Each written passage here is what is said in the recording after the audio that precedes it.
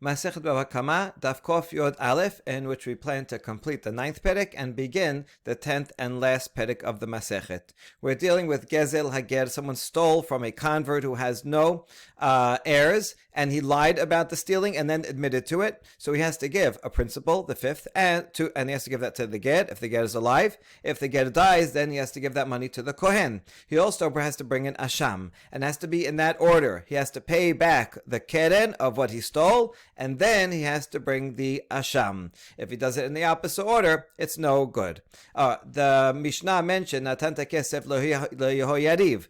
He was one of the 24 Mishmarot earlier than Yedaya, and so if he gives the money to Yehoyariv and then the Korban to Yedaya, that's okay because it's in the right order. If it's in the other order and he gives the Asham first to Yehoyariv and Yehoyariv slaughters it, then that's no good. And then he has to give another Asham afterwards to Yedaya.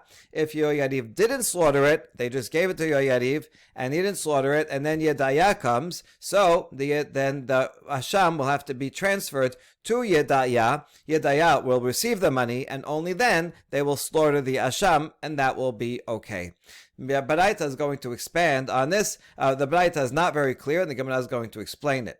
Tenor Bana Natan Asham Yehoyariv v'chesef liyedaya yachzir kesef esel Asham divrei Rabbi Yehuda. Hachamim omrim yachzir Asham esel kesef. The robber gives an Asham to Yehoyariv, the earlier Mishmar, and then he gives the money to Yedaya.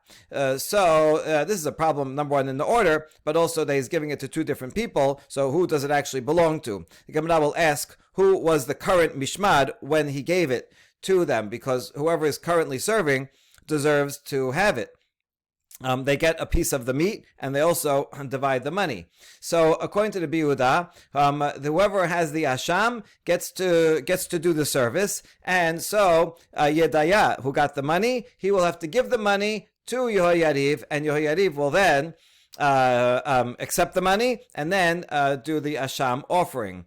So he's like the basis of the center of gravity is the Asham, that the Kesef goes to the Asham. Chachamim, however, say the opposite. Asham etzel Kesef, whoever has the money, in this case Yedaya, the second one, has the money, and so Yehoyariv has to give over the sacrifice to Yedaya, and Yedaya will they already got the money, so that's good, and then they could do the sacrifice, and then that will complete his atonement.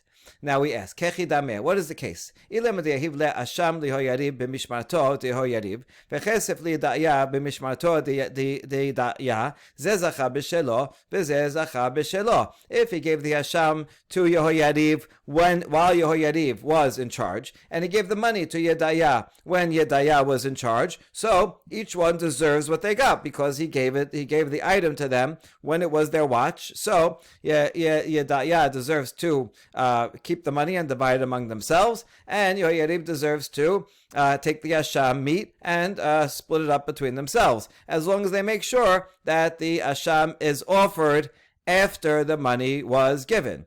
So then, in that case, you would not transfer one to the other. So Rabbi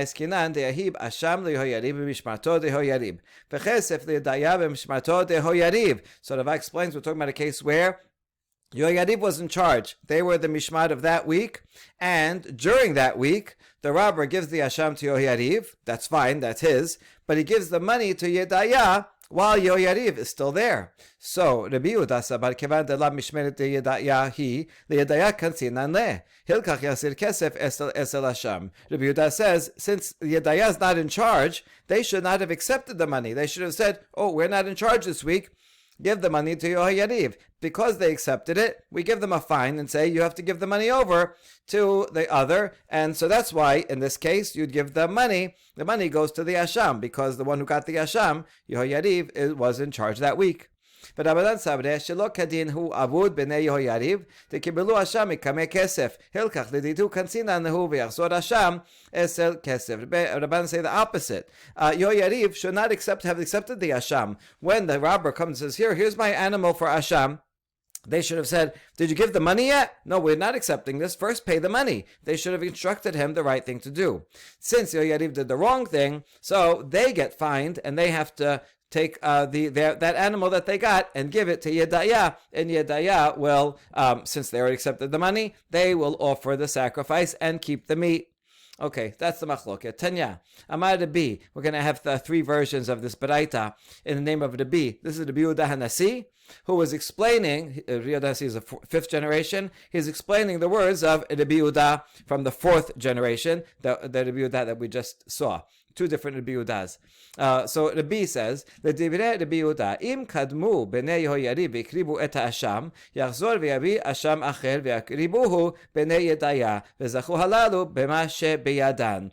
Rabbi limits the words of Rabbi Yehuda and says, when Rabbi Yehuda says the one who has the money has to return the money to the one that has the animal, that's if the animal still was not slaughtered. They were waiting. Okay, then they can go ahead. Now they got the money, and then they can slaughter it after. But if Bnei Hayarib, who received the animal first, went ahead and they sacrificed it, and didn't have the money yet, then that's no good, right? That asham is invalid asham, and the robber will have to bring another asham. And when they bring in the next asham, they'll give it to Bnei Yedaya, who has the money. They already have the money, and then Yedaya will keep the money, and they'll keep the second asham. And halalu, meaning Yehoyariv, the first watch, will keep what's theirs. No, they will keep the first asham. We ask about keeping the first asham. Amri lemay hazeh. What is it good for? It's disqualified, so the meat cannot be eaten.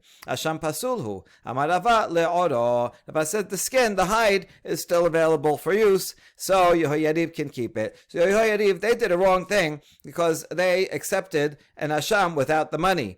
Nevertheless, normally, if the asham was alive, they would get the money first, and then they say, okay, we have the money, now we'll sacrifice it. Instead, they sacrificed it first before getting the money. No good. They can keep the hide, but the animal's no good, and they cannot eat the meat. So then the robber has to bring a second asham, and he will give that to the next mishmara who already got the money, and then they'll get the sacrifice, and that will be valid. Tanya, Amar Rabbi, l'divrei Rabbi Yehuda, im kayam asham, yachzir asham esel kesef.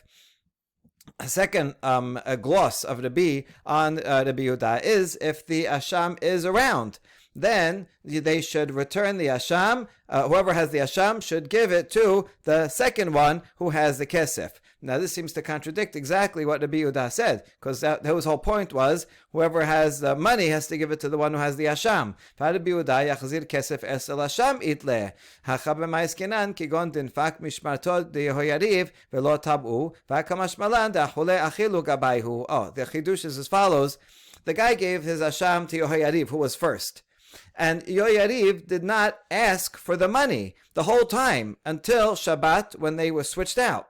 So normally Yehoyariv, who got the asham, they accepted it first. All right, well, they should have asked for the money first, but let's say they asked for the money later. So they should say, okay, we want the money. In that case, as long as they put in a request for the money, then the next guy, Yedaya, will have to give Yehoyariv the money. But here, since they didn't even ask for it, that shows that they're waiving their rights to the money, and therefore waiving their rights also to the asham. And so if they don't ask for it, then the asham does go to the next mishmara who has the money.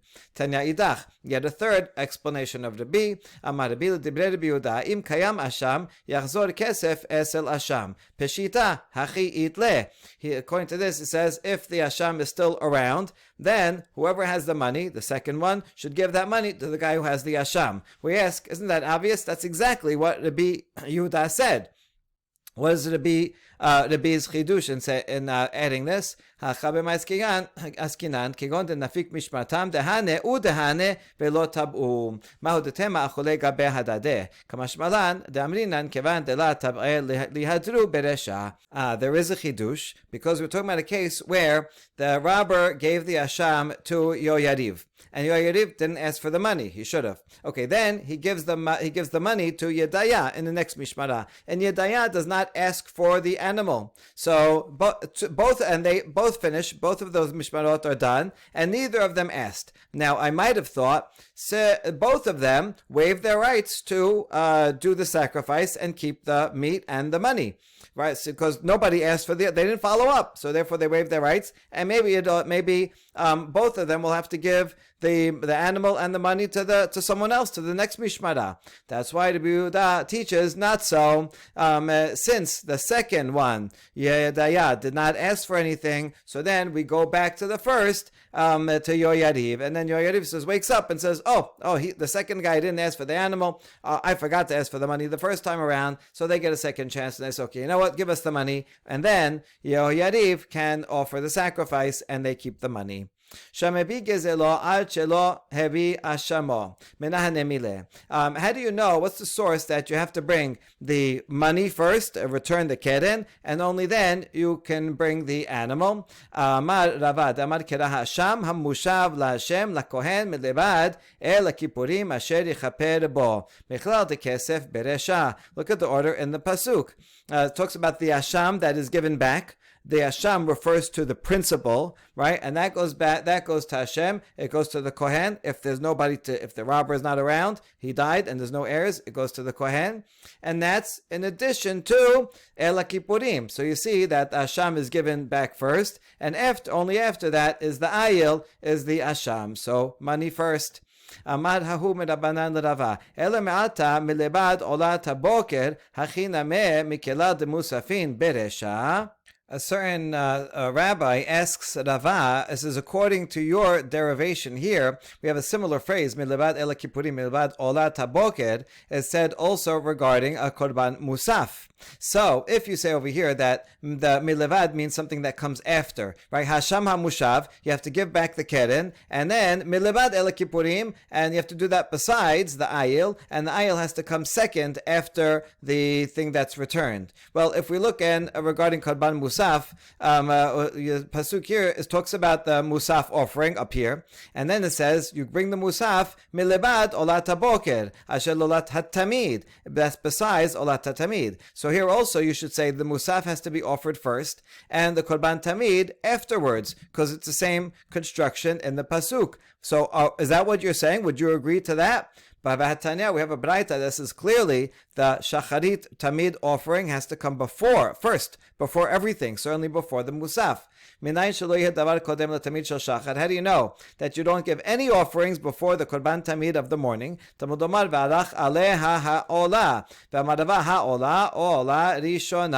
pasuk says that the fire will be kept burning on the mizbeach all the time. The kohen is going to bring the wood every morning, right? He's bringing the wood, and you prepare the burnt offering on it.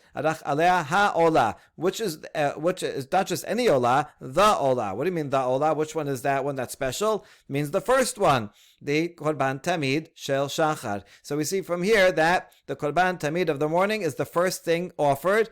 It has to be before the musaf. But according to your derivation of that milevad that comes at the end of this pasuk means that it has to be in that order, right? And you have to return the money and then asham. Here also, then you would say first musaf and then korban tamid against the braita. So no, I wasn't learning it from the order of the things in the pasuk or the word milevad, but rather from the word asher yichaper bo at the end of that pasuk. You see, in other words, you bring the fine, and then you also bring the ayil that will give atonement. Then it's said in future tense, yichaper. In other words, the korban will give atonement only if it's second afterwards. So that's that from this verb. That's how you learn that should be second. But there's no similar verb regarding the musaf, and therefore there is no problem. The Mishnah says you have to return the principal and give the asham offering, but the fifth is not necessary for atonement. As long as you give just the principal, you can bring the asham and get atonement, and the fifth that is also owed, you can pay at a later time. Tenor Banan, minayin she'im hevi me'ilato v'lo hevi ashamo, ashamo v'lo hevi me'ilato shelo yasa. A braita teaches, how do you know that if the robber brings the keren, the principle, but not the asham offering, or brings the asham offering, but not the principle, that he does not gain atonement. Because it says el and asham. El is the ayil, asham is the principle that's he's giving back, and only then v'nislach no, you need both of those. And how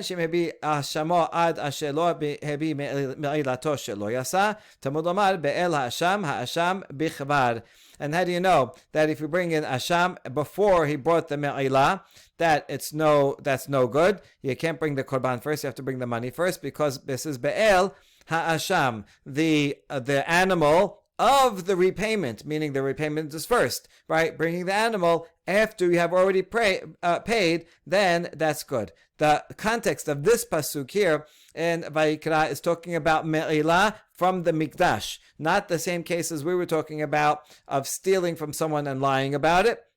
But rather taking a bowl from the Bet HaMikdash and using it for your own personal benefit.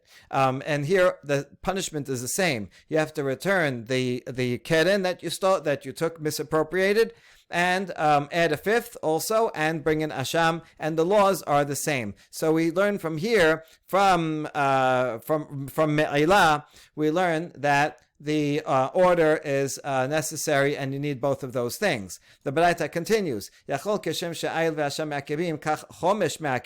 Now you might think, just like you have to bring the ram, and you also have to return the principal to get atonement, maybe the fifth also is necessary, is required for atonement. Then the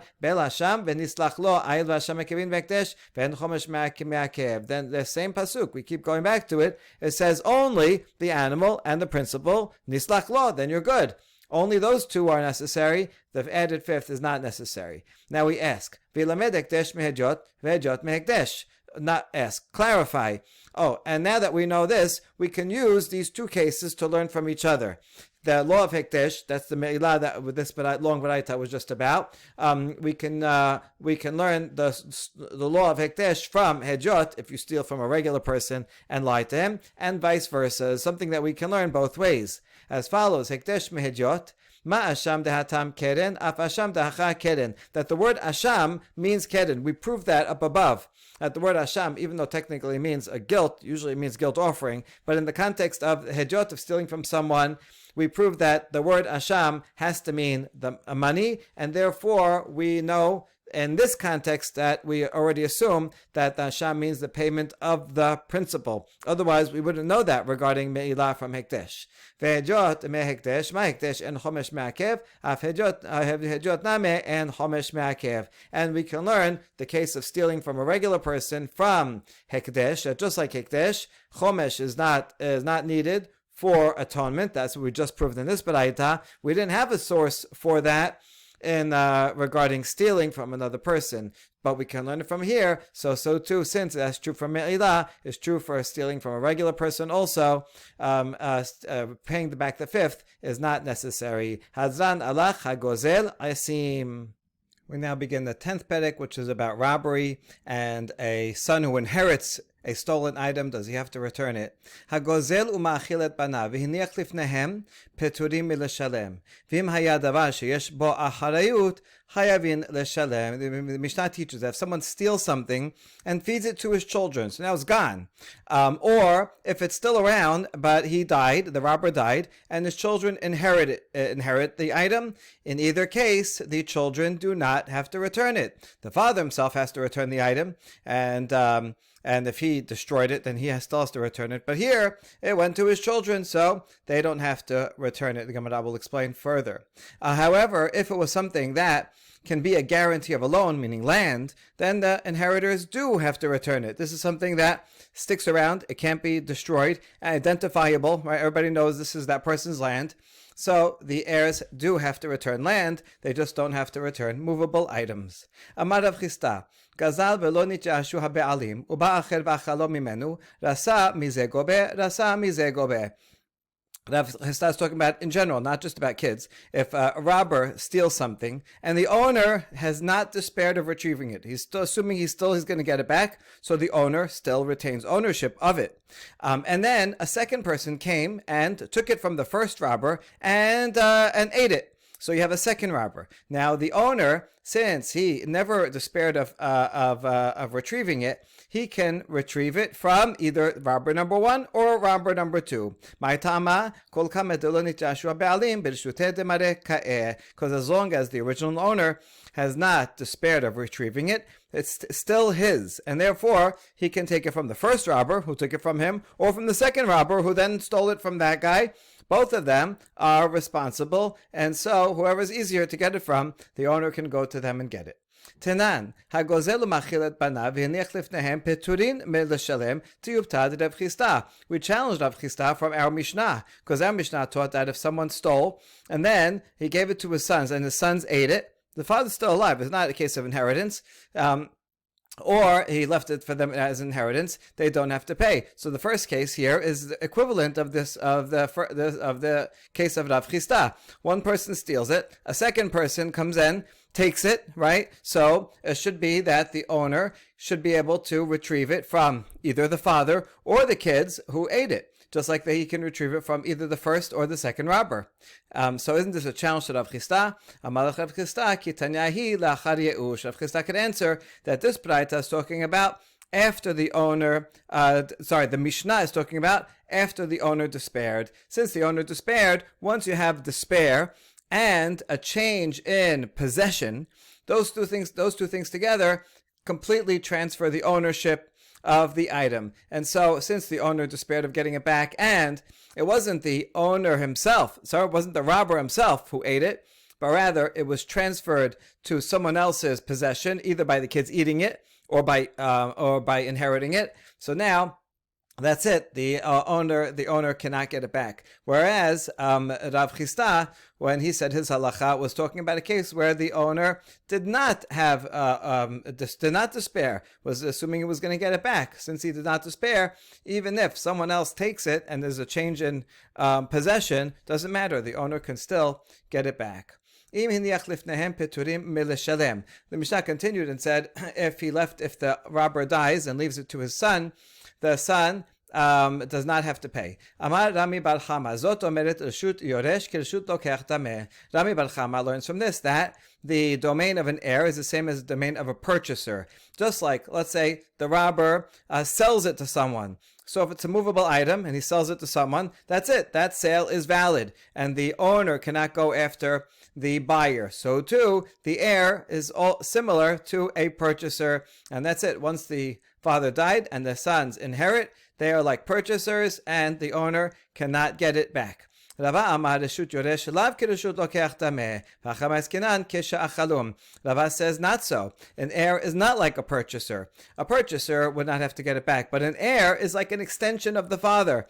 And therefore, just like the father has to give it back, the son actually would have to give it back. And here in the Mishnah, where it says he doesn't have to give it back, is talking about a case where the son who inherited it also consumed it. So now there's nothing to return. So that's it. He doesn't have a monetary obligation to come up with the money himself from his own pocket. The father would have, but the son doesn't. And so if the son inherited and ate it, and it's all gone, then he does not have to return it. But if it's still around, then in fact the son would have to return it.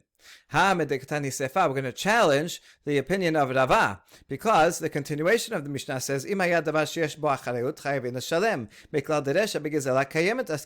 since it continues and says, if it's something that can be a guarantee for a loan, meaning land, then you have to pay back. So that's the land is there. And so if the father, right now we're assuming this means that the father stole land, and then he dies and it goes to the heirs, so he has to pay it back. That sounds like we're talking about something that does exist. And that means in the Resha also, it's a stolen item that still exists, not where he ate it. And yet it says that the son does not have to give it back, even if it still exists. challenge to Rava. Amar lach Rava, hachi ka'amar, im iniach lehem avihem achrayut nechasim, chayvin leshalem. Rava explains that the reference to land at the end of the Mishnah does not mean, it's not a case where the father stole land, but rather, if the father had land and bequeathed land to the son, then even if the item that the father stole, which went to the son ate and is no longer around, nevertheless, there's a monetary obligation that the father had to pay the robber, and that monetary obligation creates a lien on the father's land.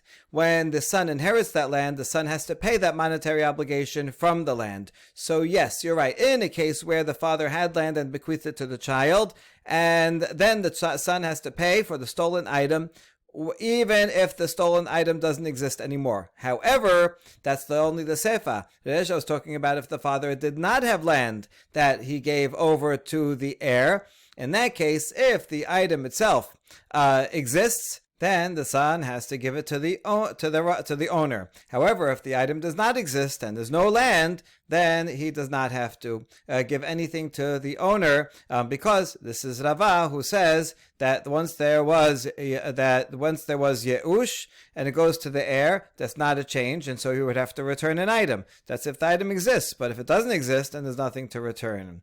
V'ha matni le Rabbi Shimon bere lo davar sheyesh bo achriyut mamash ela afilu para v'choresh ba chamor u'mchamer acharav chayvin lachzir mipnei kevod avihem. Hold on, Rabbi, who is the purported author of the Mishnah, explained to Rabbi Shimon, his son, the last line of the Mishnah. And he says, when I said that the son has to pay for guarding something that there is a guarantee about, I didn't mean it literally land that can be used as a guarantee for a loan. I wasn't talking about that. Rather, I was talking about a cow that he plows with, or a donkey that he drives. That's what the robber stole from the owner, and that's what he bequeaths to his son. In that case, the father has to return the item because of the honor of the father. Since it's a noticeable item that everybody knows, oh, that's that other person's cow, and his father stole it. So even if technically the son does not have to return it, since it's going to bring shame to the father, that everybody who passes by is going to say,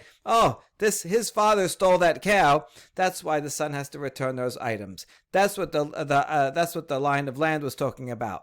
What can we see from here? That's only these particular items that the son would have to return. But other items, the son would not have to return. If it's just a lawnmower or just a broom, and something that's not noticeable, that people would not bring shame, he does not have to return it, even if the item is there intact. That seems to be a proof for Rami Bar Chama, who said once there's Yeush and a change and in possession, and he said that inheriting is a change in possession, he doesn't have to return it anymore. It's a challenge to Rava, who said that when someone inherits, that's not considered a change in possession. The inheritor just acts as a continuation of the father. And therefore, there was only Yeush, but no change in possession. And therefore, if the item still exists, then he has to return it. So, how is Rava going to explain our Mishnah according to what Rabbi Yehuda Hanasi himself taught Rabbi Shimon? Rava says, I have an answer. Although he's going to have to follow a different opinion totally in interpreting the Mishnah. He's going to have to reject Rabbi Yehuda Hanasi's own interpretation of the Mishnah. Ki shachibna amar ela amar Rava ki shachibna Rabbi Oshaya nafik levati detarisna matnitin kevate. He says, when I die, Rabbi Oshaya, who was already died generations ago, he's going to leave heaven and come to greet me. He's going to be so happy to see me. Why? Because I'm explaining the Mishnah according to him. I'm going to explain the Mishnah according to Rabbi Oshaya against the opinion of Rabbi Yehuda Hanasi himself. This is quite fascinating that Rabbi, even though he's the author of the Mishnah, nevertheless did not have the only interpretation of the Mishnah. Rabbi Oshaya had his own, but I thought, and therefore he fit his own Baraita, his own opinion, and Rava is going to have the audacity to explain the Mishnah against Rabbi's own explicit explanation, and instead fit in Rabbi Oshaya's understanding into the Mishnah. That's why he says Rabbi Oshaya will be so happy that I sided with him against Rabbi about the very Mishnah. So here's the Baraita of Rabbi Oshaya. that will agree with Rava, and Rava is going to interpret the Mishnah in this way. Hagozel machil et banav peturim el shalem. Someone who steals and gives it to his sons to eat, now it's gone, so he does not have to pay. And hiniach lifnehem, we're going to explain that this is talking about when the owner had yeush. So now it's yeush, and it's a change in possession because the sons ate it. So that's it. They don't have to return it. Hiniach lifnehem gezela kayemet chayavin and gezela kayemet peturin. If the father died and the sons inherited, if the item is still there, they have to give it back because this is following Rava.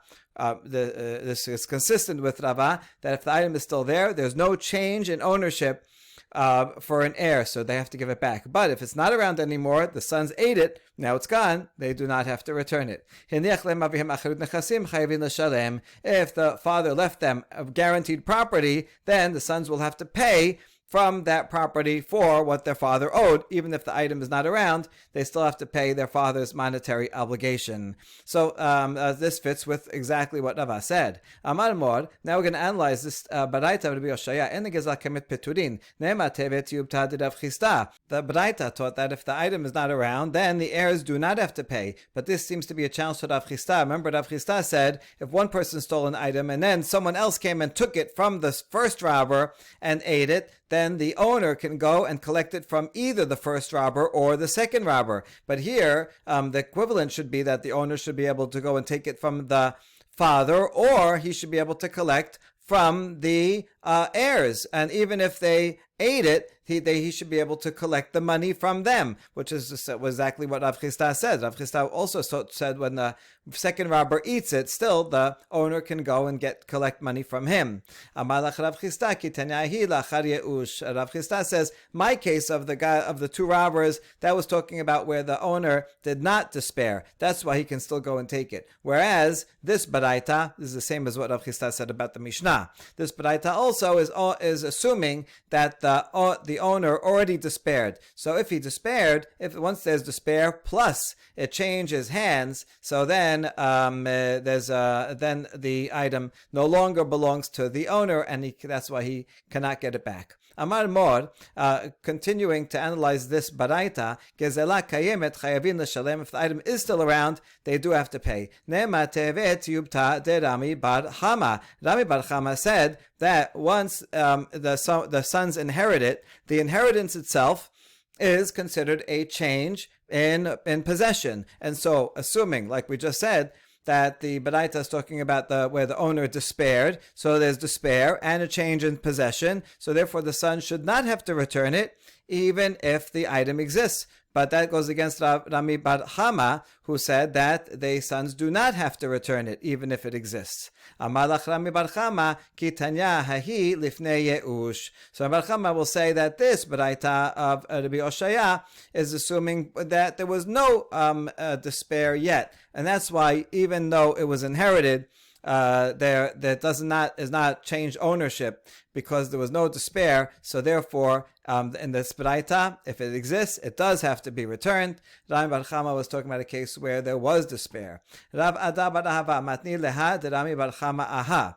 Hiniach lehen avihen ma'ot shel rebit. Af al pi sheyodin shehen shel rebit en hayavin achazir. Amar Rami bar Chama zot omeret reshut yoresh kereshut lokeach tameh. Rav Ada bar Ahava says that the statement of Rami bar Chama and that of Rava that we saw earlier, that when we applied them to our Mishnah, actually they didn't say it regarding that Mishnah, but rather they said it regarding the following baraita that says, if a father lent money on interest and he has interest illegally, right? He lent out $100, he got back $150. So now he has $50 of illegally acquired funds, and he dies and he leaves that to his children. Even if the children know that this money was acquired through interest, the sons do not have to return it. That's what the baraita says. Rami bar Chama said about this baraita, we can learn from here that the domain of an heir is the same as the domain of a purchaser, right? Just like if someone else purchased that something from the father, they would not have to return it, even though it was illegally gotten money, right? Let's say they sold something to him and they got that money. They wouldn't have to return that money because they're a purchaser. That's it. They would get to keep it. They would not have to give it back. So too, the heirs are the same as a purchaser, and once it changes hands from a father to son, it's the same as changing hands from a father to a third party. So that explains why why the heirs don't have to return it. Rava Amar le'olam emalach reshut yoresh lav kereshut lokech dameh. Rava disagrees about the principle, even though he agrees with this particular law. And he says, in general, an heir is not like a purchaser. An heir is like a continuation of the father, and whatever the father needed to do, the heir would also need to do. So here, theoretically, if the father stole something, the sons would have to pay it back, as we said before up in the Mishnah. And the application here is if the father received interest, the sons theoretically would have to return the interest. However, the law of interest is an exception. The pasuk